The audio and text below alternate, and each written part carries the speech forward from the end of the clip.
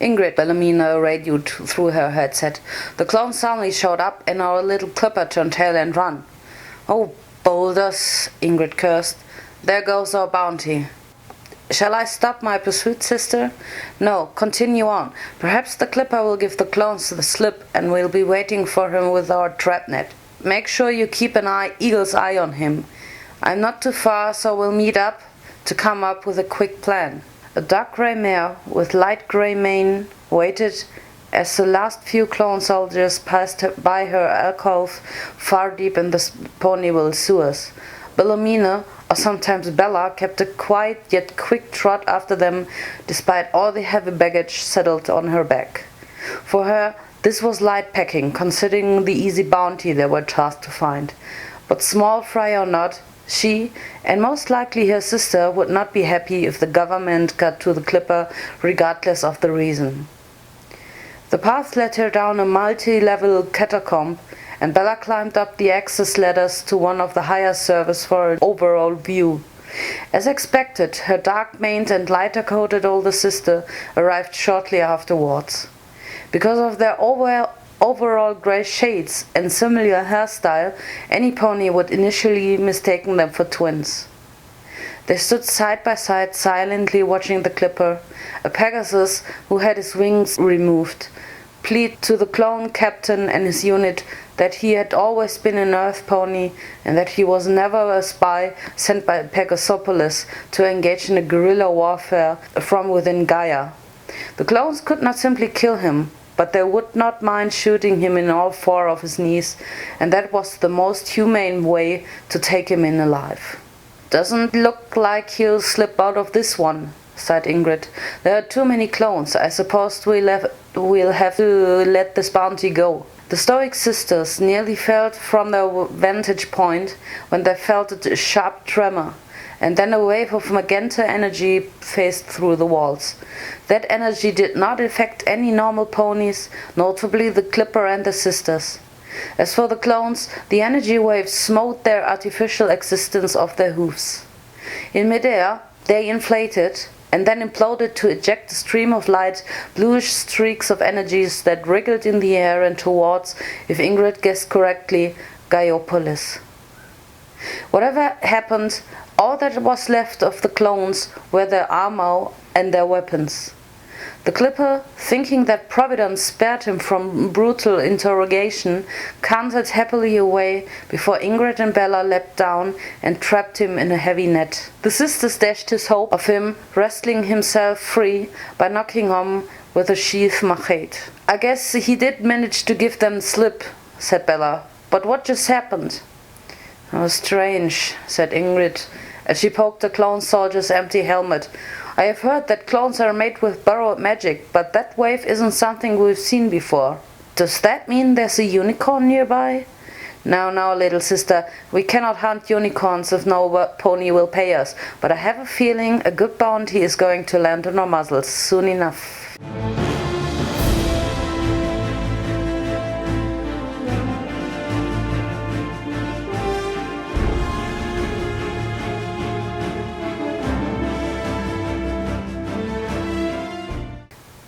Twilight watched as more piles upon piles of empty clone soldiers' armor and their crashed hover trucks passed by in blurs. She knew her magical discharge was powerful, but seeing it reach this far into the other side of the chasm was yet another surprise for her. Further ahead, through the rocky tunnels, there were still more empty husks. She estimated over 200 of these artificial ponies in both Unicornia and in this tunnel. She had always been used to the putrid smell of the great chasm, but the smell at the guy inside made her nose twitch and her stomach growl in sickness. A few times she nearly threw up, but she didn't want to inconvenience Applejack's focus. Still, this was something Twilight should have been used to. She had always known that what she picked up in the Chasm River was garbage from the surface world. But like they say, one pony's trash was another mare's treasure. Further in, the roughly carved tunnels began to be replaced with a structured maze constructed of brick and steel, made dirty by hundreds or perhaps 1,000 of years of sewer treatment and dumping. She then beheld the cavernous machinations of Earth Pony Society. Massive cylindrical tanks, giant pipes, and turbines designed to sift water from septic refuse. The stench became almost unbearable, and it made the unicorn's eye water. She wished Applejack would drive faster, but they suddenly stopped at the edge of one of the massive tanks. "Why are we stopping?" Twilight asked. "Seeing as this here hover truck is stolen, we can't actually come out to the surface with it. Besides, we can move a lot better, although slower, on hoof. I assume that ponies don't live in this area. Girl, don't underestimate any pony folk who is on the run or is tired of the government. You'll soon see a lot ponies and non-ponies make their homes just in the sewers alone. Be careful though. Even though the clone soldiers would not waste their time down there will be snitches who will rat out a unicorn for a quick bit. So I'd advise you to keep your hood on and your flank covered at all times. Don't worry, I have a spell that will hide my horn in plain view. The sewer folk ain't the sophisticated lot, but you run into some who will have a magic detection probe or two. Just stay close to me. These ponies in Sewer Town are very, very sneaky." Twilight kept her guide's advice to heart as the orange earth pony led her on hoof through more mazes of tunnels and narrow walkways, some of which stood a large drop into a deep waterfall, somewhat akin to the endless pits near Unicornia. No surprise that she would see a rat or a cockroach, but a few more exotics like snakes, bats, and gators started popping up. It was not long until a few ragged earth ponies popped up, either walking along narrow walkways or riding in boats, fishing for who knew what in the brown and murky sewer waters. And so the number of ponies increased, and eventually other clothed and sentient creatures started appearing as well, like diamond dogs, zebras, donkeys, dwarfish Shetlands, and a few tall Arabians. All of these creatures marched to and from into a large cavernous area lit up overhead electric lights, blasting light almost as adequate as a sun's spell in midday.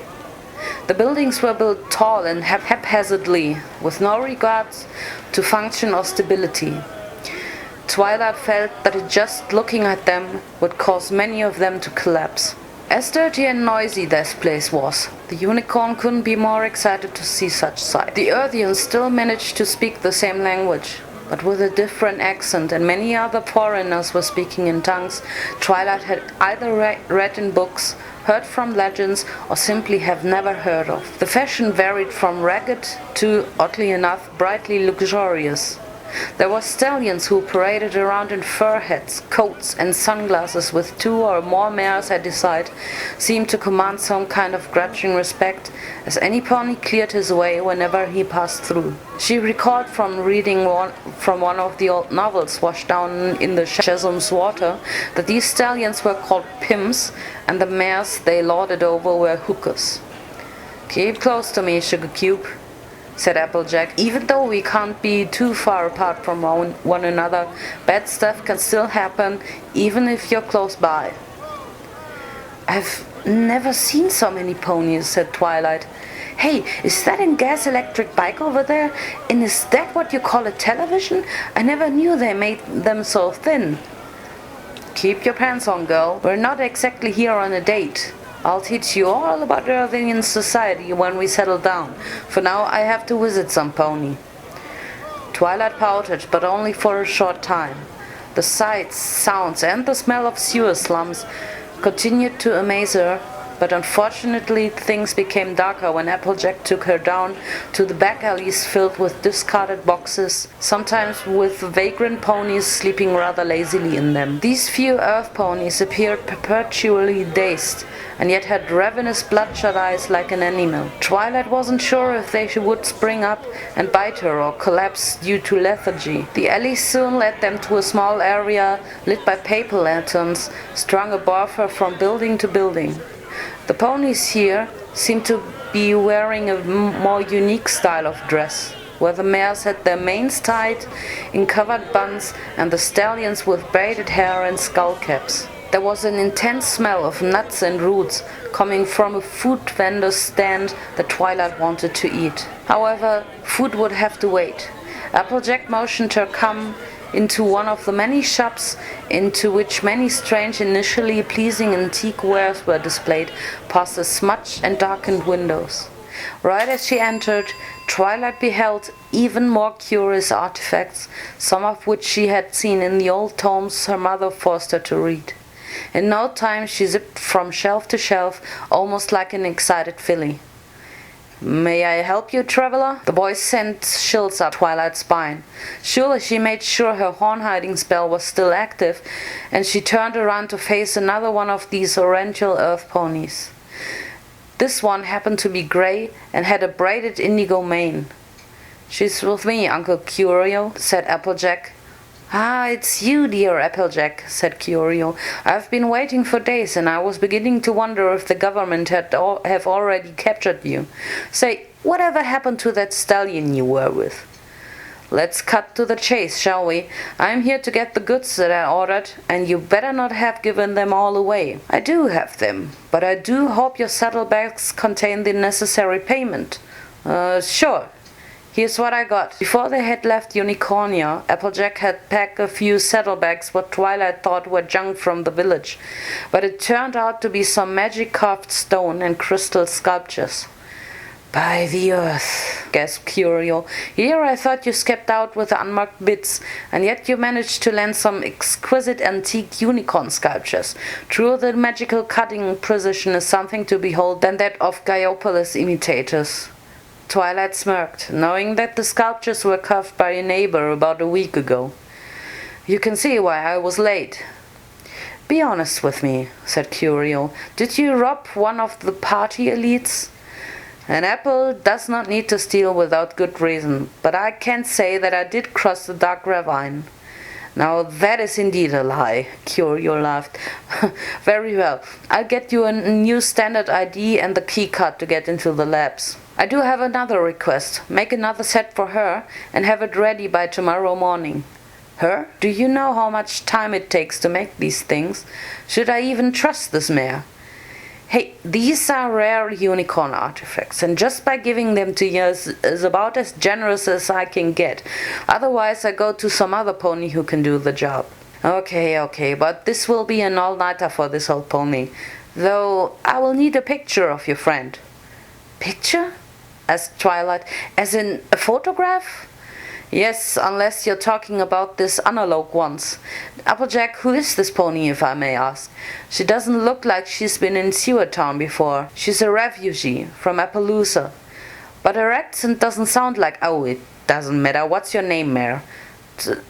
"Twilight," said the unicorn in disguise.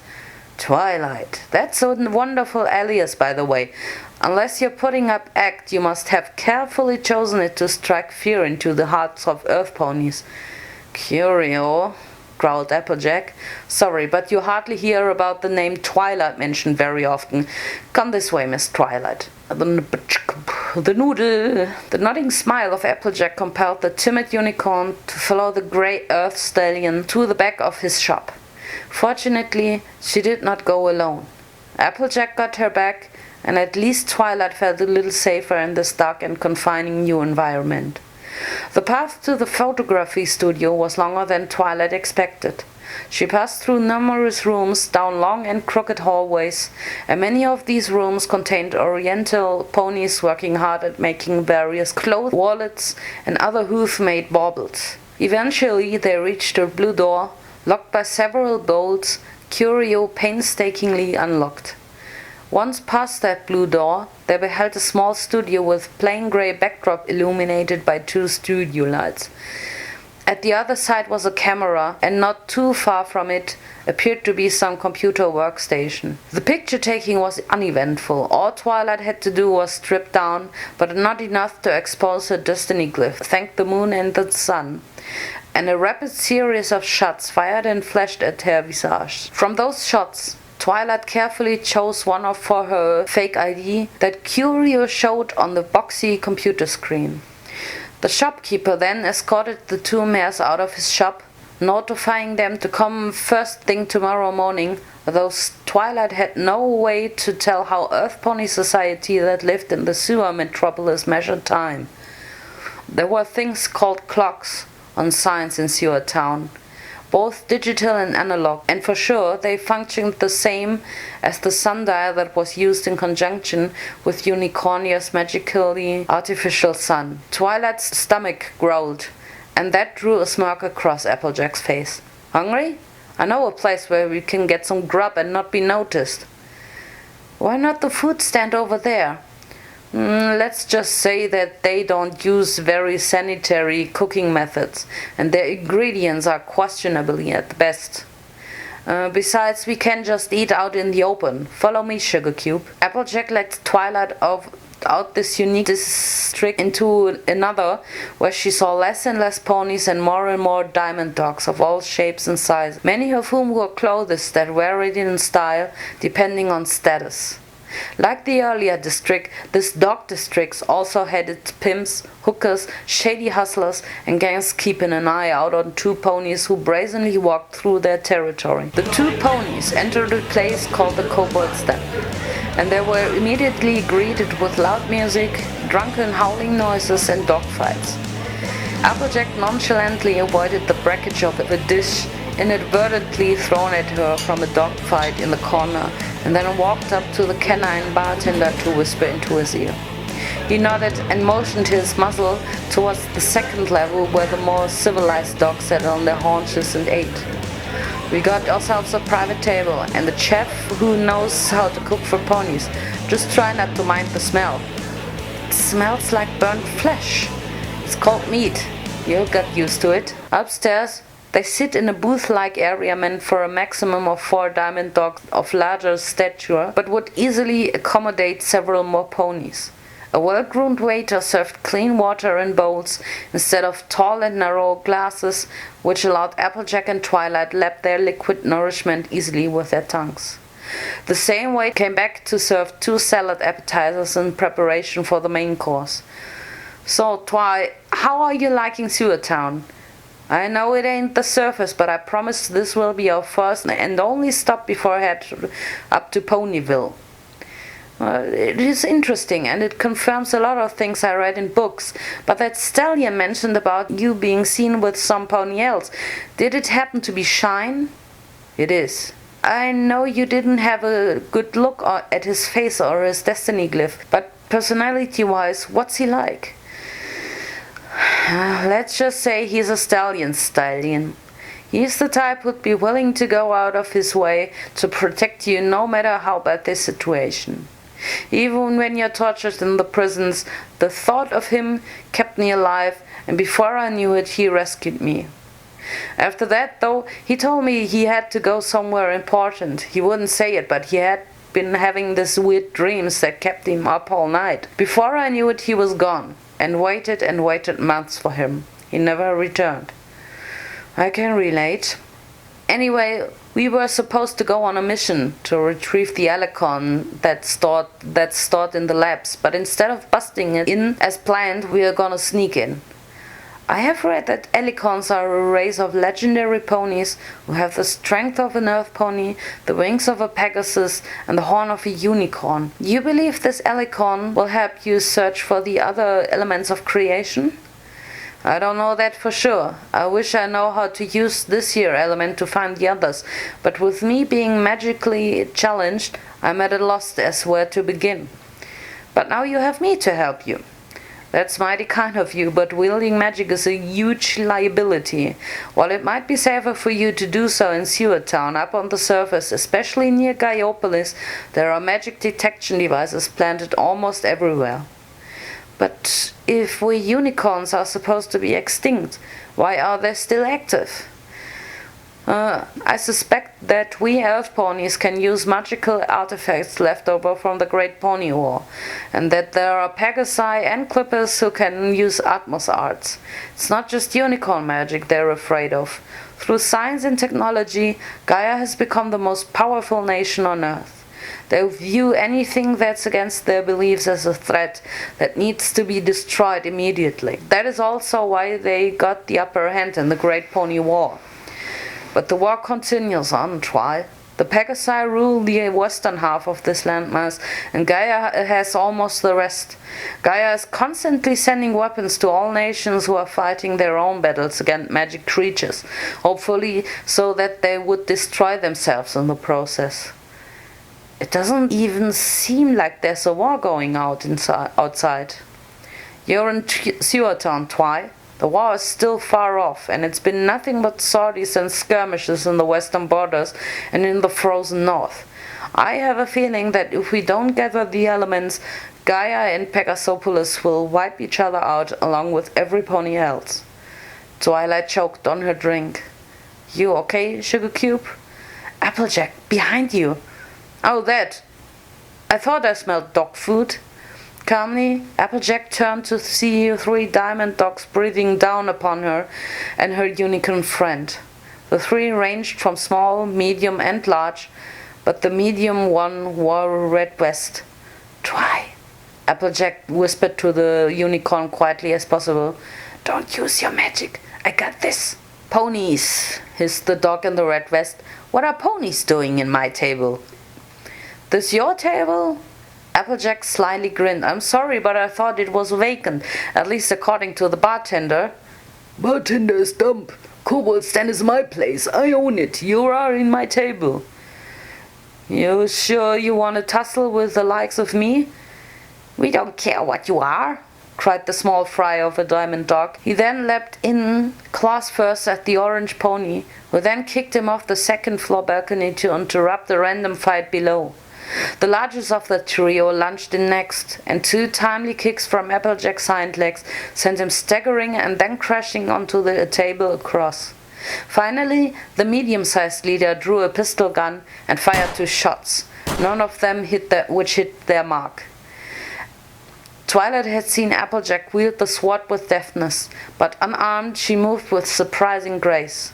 Whatever martial arts she used, the orange pony leapt up and flipped over the diamond dog and grabbed his neck with her hind legs. She then flipped him off his feet and sent him crashing into the adjacent private. 2 grey mares with straight manes and tail did not change their expression after their meals had been ruined.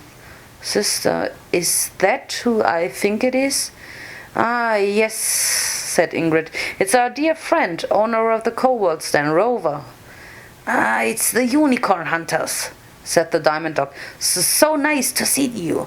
I apologize, but it was these ponies' fault for taking my table. Ingrid and Bella took one look at Applejack and Twilight before drawing their emotionless eyes back at the dog. Sister, wasn't there a bounty on a particular diamond dog gang leader for masterminding the recent mine robberies? There is, said Bella, but the bounty is small fry compared to the one we just completed. Who are you calling a small fry? Cried Rover. We can always use the extra bits, said Ingrid, and it won't be much effort to capture him now. Maybe I could eat a little later. I'm not hungry yet. With his head and ears lowered in fear, Rover slipped off the table and slunk away, carrying his large wounded compatriot back downstairs. Good evening, Applejack, greeted the dark-maned mare. Good evening, Ingrid, or is it Bella? The first one. And aren't you going to introduce us to your mare friend? Her name's Twilight. Twilight, said Bella. Strange for an earth pony to adapt the name of the first unicorn. It's an alias, said Applejack. She's on the run. Took another to your fold, have you? Asked Ingrid. I hope you're not planning on chasing me as a bounty. No bounty has been set for you, yet. Then again, you're so dangerous that no sane pony would ever want to take you on. You do sound awfully confident back there. Unfortunately, we are sane ponies despite our profession. Even if there's a bounty on you, we won't take it because we don't like getting mixed up with the politics. Knowing you girls, y'all will take up any job if the price is right. In the event that we do have to pursue you, it would be wise that you holding nothing back against the likes of us, said Bella. After all, it is our living, just like how you live by, spreading the truth of our society, said Ingrid. say Applejack. Now that our table's ruined, maybe we move over to yours and have ourselves a little chat with you and your mare friend. Actually, we're finished, said Applejack. Let's go. Twilight, having not finished her meal, could not protest as Applejack promptly tucked her tail back downstairs and out of the kobold's den. The orange pony displayed no fear for the ravenous diamond dogs that tried to assault her, but the 2 grey elf mares deeply spooked her so much that she almost fidgeted. Applejack, said Twilight, who are they? Those sisters are called the unicorn hunters. It's best you avoid them. Did they actually capture unicorns? So they say, but they might have taken the moniker just to bolster their reputation. The veteran bounty hunters despite their age, but at least Ingrid and Bella generally leave us alone. Unicorn hunters. If they had actually lived up to their reputation, then perhaps they were the one who captured her father or her brother. But if those sisters frightened Applejack and their calm intimidation of Rover was any indication, she could not fight them right now. There were other ways to find out the whereabouts of her father and her brother.